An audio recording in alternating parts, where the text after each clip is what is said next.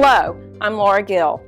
As your Elk Grove City Manager, my staff and I are responsible for compiling a balanced annual budget that provides the people, programs, and services that support the city's quality of life.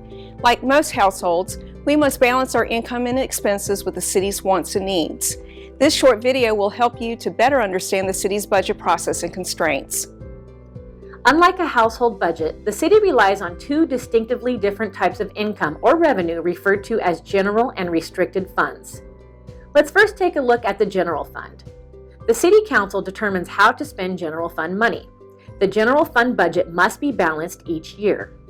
Public safety, code enforcement, economic development, special projects and events, and much of the city staff are funded by the general fund.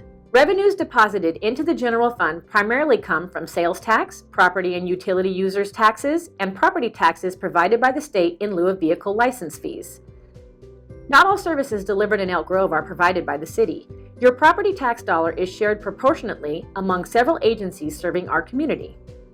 Parks and recreation, fire, education, water, electricity, and gas services are provided by other municipal agencies with their own governing boards, administrative staffs, and operating budgets. Each of these agencies receives a share of your property tax dollar. 75% of the city's property tax share is currently given to the County of Sacramento under a process called revenue neutrality. Revenue neutrality is an agreement dating back to the city's incorporation in 2000 that gradually reduces the county's share of local revenues. It was negotiated to reflect the gradual increase of services provided by the city and corresponding decrease in services provided by the county over time. Elk Grove's revenue neutrality agreement with the county expires in fiscal year 2025-26, 25 years following incorporation. Other revenue comes from user fees collected for city services such as garbage and recycling, transit, and drainage. Money collected for these services may only be used to provide the service for which they are collected. These are called restrictive funds.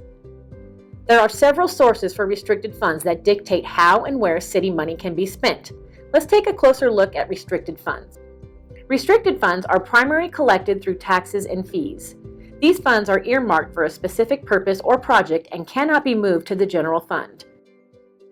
For instance, money generated through the gas tax and Measure A can only be used on roadway-related infrastructure and maintenance.